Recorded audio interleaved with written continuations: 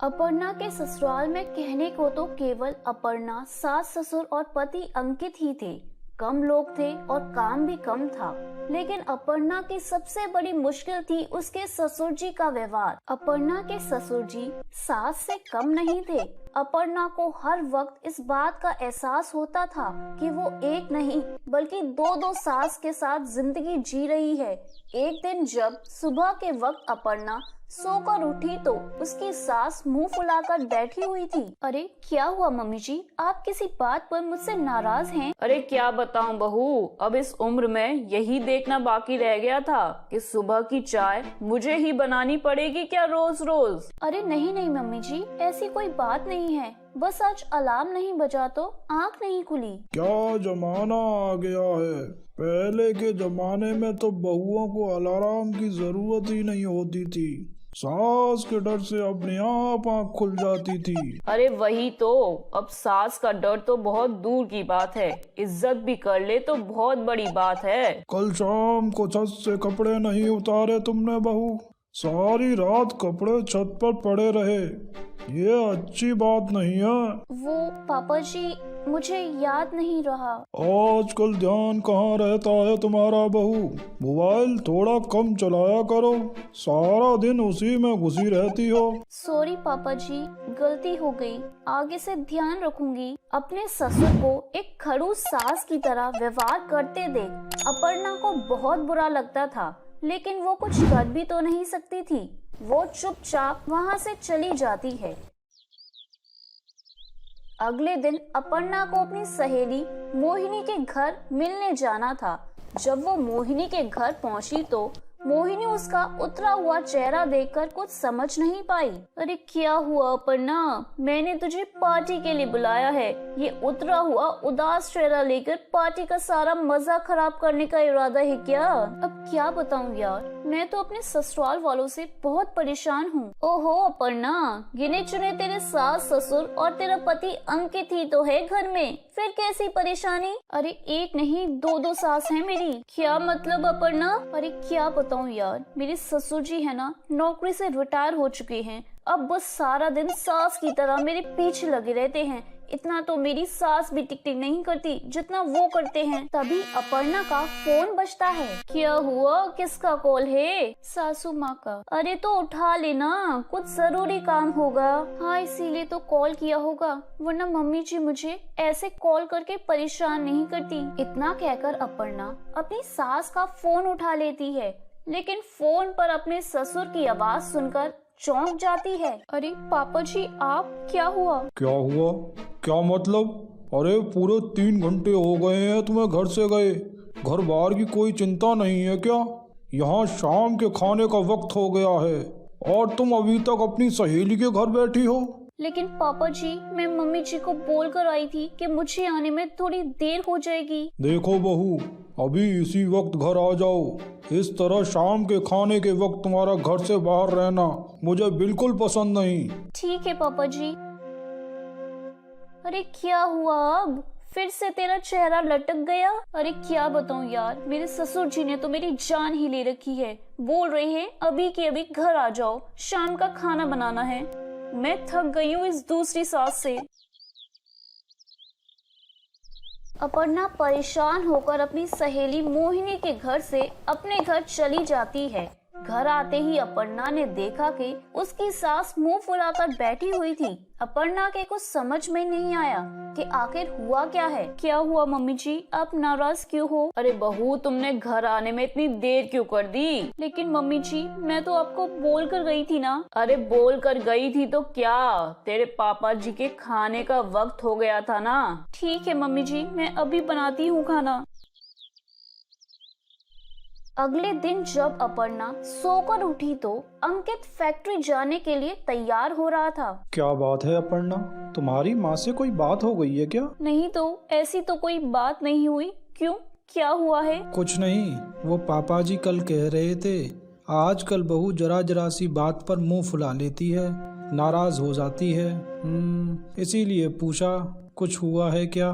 कुछ नहीं अमित जी, आप तो पापा जी की आदत को जानते हैं ना। मम्मी जी तो सास हैं, लेकिन पापा जी मुझे हर बात पर टोकते रहते हैं। ऐसा लगता है मैं एक नहीं बल्कि दो सास के साथ रह रही हूँ। मैं समझ सकता हूँ अपर्णा।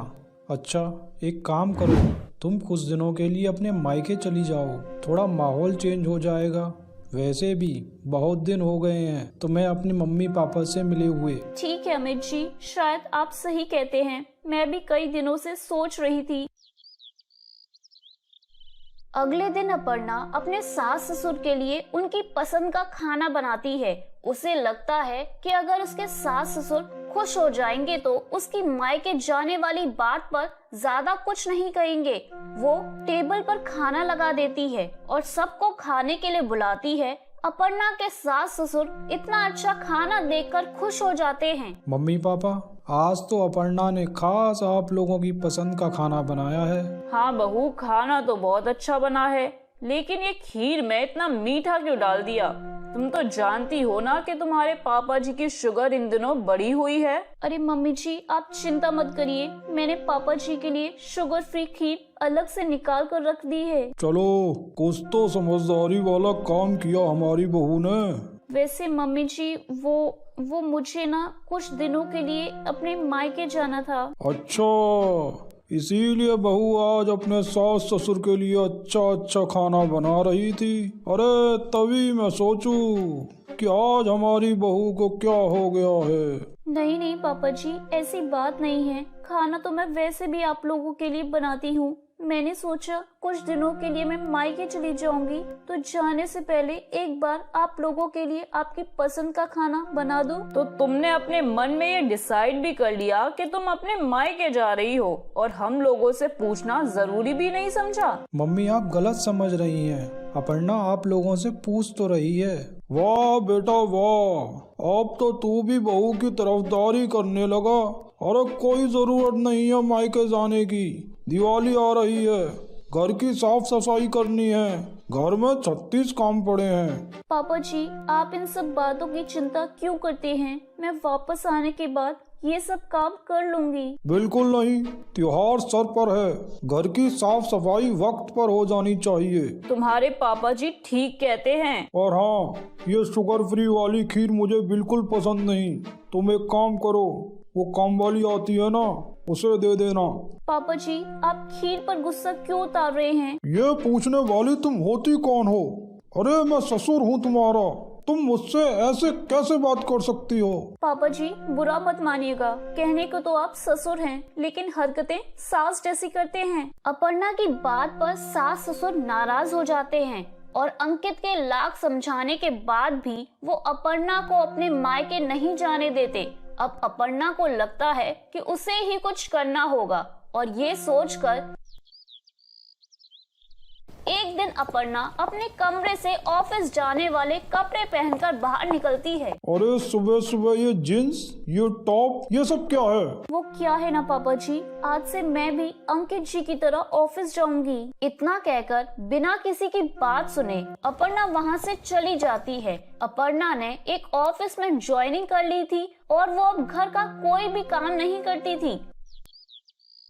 महीने के आखिर में अपर्णा अपने सास ससुर के पास जाती है। ये लीजिए पापा जी, आपकी दवाइयाँ और ये मेरी सैलरी। आपको किसी चीज की जरूरत हो तो बता देना। अरे जरूरत हो तो क्या मतलब? एक महीने से घर का बना खाना नहीं खाया है हम लोगों ने, पूरा घर अस्त व्यस्त हो गया है और तुम पूछ रही हो जरूरत हो तो बता देना। देखो बहू, घर में पैसे कमाने के लिए और बाहर के काम संभालने के लिए अंकित है। तुम बहू हो तो बहू की तरह रहा करो। क्यों अंकित बनने की कोशिश कर रही हो? तुम्हारे इस अंकित बनने के चक्कर में घर का सारा सिस्टम बिगड़ गया है। आप ठीक कहते हैं पापा जी, जिसका जो काम है उसी को करना चाहिए। आप ऐसा मानते हैं ना? क्या मतलब? मतलब ये पापा जी, मैं और मम्मी जी मिलकर घर के छोटे छोटे काम और बाकी की चीजें संभाल सकते हैं, लेकिन जब आप उन सब कामों में अपनी टांग घुसाते हैं तो मेरा मूड खराब हो जाता है और ठीक से कोई काम भी नहीं हो पाता। ठीक वैसे ही जैसे ऑफिस चले जाने से गृहस्थी बिगड़ गई। शायद हमारी बहू ठीक कहती है, आपको ना छोटी छोटी बातों में नहीं बोलना चाहिए। एक बहू एक सास को ही संभाल ले तो वो ही बहुत बड़ी बात है, लेकिन मुझे भी लगता है कि अपर्णा तो दो दो सासों को संभाल रही है। अच्छा ठीक है, समझ में आ गई बात।